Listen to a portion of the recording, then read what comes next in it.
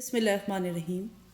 ہاشم جب بھی امی اور ابو کے ساتھ بازار جاتا تو کوئی کتاب ضرور خرید کر لاتا۔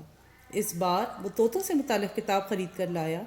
کتاب پڑھنے کے بعد وہ سوچنے لگا کہ کیوں نہ میں بھی طوطے پالوں۔ دوسرے دن ہاشم ابو کے ساتھ جا کر دو خوبصورت رنگین طوطے لے آیا اور طوطوں کو پنجرے میں بند کر دیا۔ وہ طوطوں کو آوازیں دیتا، مٹھو مٹھو چوری کھانی ہے۔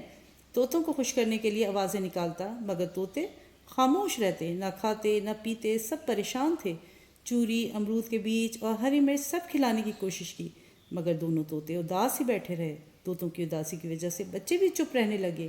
ایک دن ان میں سے ایک طوطا پنجرے کے اندر اڑتا نظر آیا، مگر جیسے ہی ہاشم نے طوطے کو پکارا، طوطا دبک کر بیٹھ گیا۔ طوطے کی اس حرکت پر سب لوگ ہنسے۔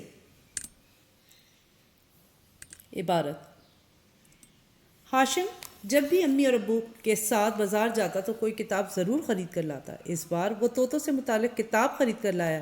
کتاب پڑھنے کے بعد وہ سوچنے لگا کہ کیوں نہ میں بھی طوطے پالوں۔ دوسرے دن ہاشم ابو کے ساتھ جا کر دو خوبصورت رنگین طوطے لے آیا اور طوطوں کو ایک پنجرے میں بند کر دیا۔ وہ طوطوں کو آوازیں دیتا، مٹھو مٹھو چوری کھانی ہے۔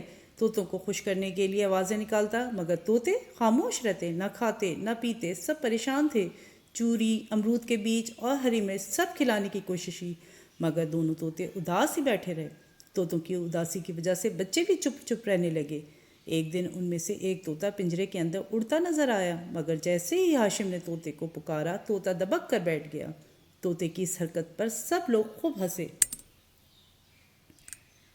عبارت کی کلید: وہ، اسے، اس، انہیں۔ ہاشم جب بھی امی اور ابو کے ساتھ بازار جاتا تو کوئی کتاب ضرور خرید کر لاتا۔ اس بار وہ طوطوں سے متعلق کتاب خرید کر لایا۔ کتاب پڑھنے کے بعد وہ سوچنے لگا کہ کیوں نہ میں بھی طوطے پالوں۔ دوسرے دن ہاشم ابو کے ساتھ جا کر دو خوبصورت رنگین طوطے لے آیا اور ان کو ایک پنجرے میں بند کر دیا۔ وہ انہیں آوازیں دیتا، مٹھو مٹھو چوری کھانی ہے، اور انہیں خوش کرنے کے لیے آوازیں نکالتا، مگر وہ خاموش رہتے، نہ کھاتے نہ پیتے، سب پریشان تھے۔ چوری، امرود کے بیج اور ہری مرچ سب کھلانے کی کوشش کی، مگر دونوں طوطے اداس ہی بیٹھے رہے۔ ان کی اداسی کی وجہ سے بچے بھی چپ چپ رہنے لگے۔